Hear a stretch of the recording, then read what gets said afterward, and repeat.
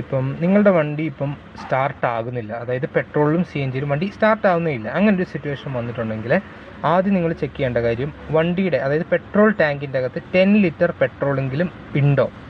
അതായത് 10 litre petrol നമ്മൾ maintain ചെയ്യേണ്ടത് മാൻഡേറ്ററി ആണ്. അപ്പം 10 ലിറ്റർ പെട്രോൾ ഉണ്ടെങ്കിൽ അടുത്ത സ്റ്റെപ്പിലേക്ക് പോകും. ഇല്ലയെന്നുണ്ടെങ്കിൽ 10 ലിറ്റർ പെട്രോൾ എങ്ങനെയാലും നിങ്ങൾ അതിൻ്റെ അകത്ത് മെയിൻറ്റെയിൻ ചെയ്യണം. അതിനുശേഷം എന്നിട്ടും വണ്ടി സ്റ്റാർട്ട് ചെയ്തിട്ട് വണ്ടി എടുക്കുന്നുണ്ടെങ്കിൽ ഓക്കെ, കുഴപ്പമില്ല.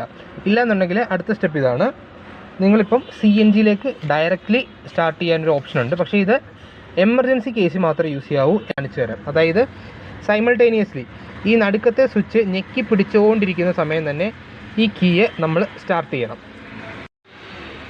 C N G direct start ചെയ്യാൻ വേണ്ടി ആദ്യം നമ്മൾ ഈ ബട്ടണിൽ, അതായത് ഇതിൻ്റെ അകത്തുള്ള ആ ബട്ടണിൽ നമ്മൾ ലോങ് പ്രസ് ചെയ്തുകൊണ്ടിരിക്കണം. പ്രസ് ചെയ്യുന്ന അതേ സമയം തന്നെ നമ്മൾ വണ്ടിക്ക് ഇഗ്നിഷൻ കൊടുക്കണം. ഇതുപോലെ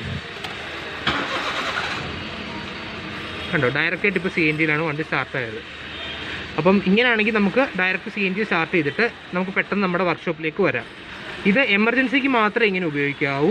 ആദ്യത്തെ ഇനീഷ്യൽ സ്റ്റാർട്ടിലെ പെട്രോൾ ലാഭിക്കാൻ വേണ്ടി സ്ഥിരം സി എൻ ജി തന്നെ സ്റ്റാർട്ട് ചെയ്തുകൊണ്ടിരുന്നാൽ വണ്ടി ഡാമേജ് ആവും. ഇത് ഒരു 1 or 2 ടൈം തിങ്ങുക, അത്രേ ഉള്ളൂ. അപ്പോൾ ഇതൊന്ന് ചെയ്ത് കഴിഞ്ഞിട്ട് ഗാരേജിലോട്ട് വരിക. നേരത്തെ പറഞ്ഞ ആ ഐഡിയാസ് ഒന്നും, അതായത് direct C N G start ചെയ്യാനുള്ള ആ ഓപ്ഷൻ പോലും വർക്ക് ചെയ്തിട്ടില്ല എന്നുണ്ടെങ്കിൽ സി എൻ ജിയുടെ പ്രശ്നമാണെങ്കിൽ പെട്രോളിലെങ്കിലും സ്റ്റാർട്ട് ആവാനുള്ള ഒരു മാർഗ്ഗമേ ഉള്ളൂ. അത് ഈ CKP, അതായത് പവർ ബൂസ്റ്റർ ഇങ്ങനെ ഇരിക്കും.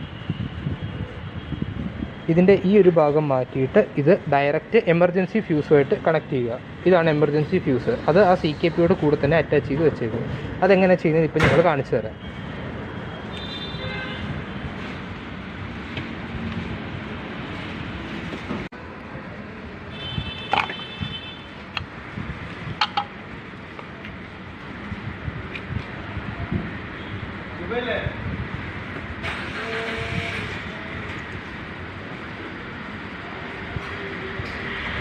ഇങ്ങനെയാണ് ഡയറക്റ്റ് നമ്മൾ കൊടുക്കുന്നത്. ഇപ്പം CKP ഊരിയിട്ട് നേരെ നമ്മൾ ആ ഫ്യൂസ് എടുത്ത് കണക്ട് ചെയ്തിട്ട് പോയി ഇഗ്നിഷൻ ഓൺ ചെയ്യുവാണെങ്കിൽ വണ്ടി സ്റ്റാർട്ടാവും.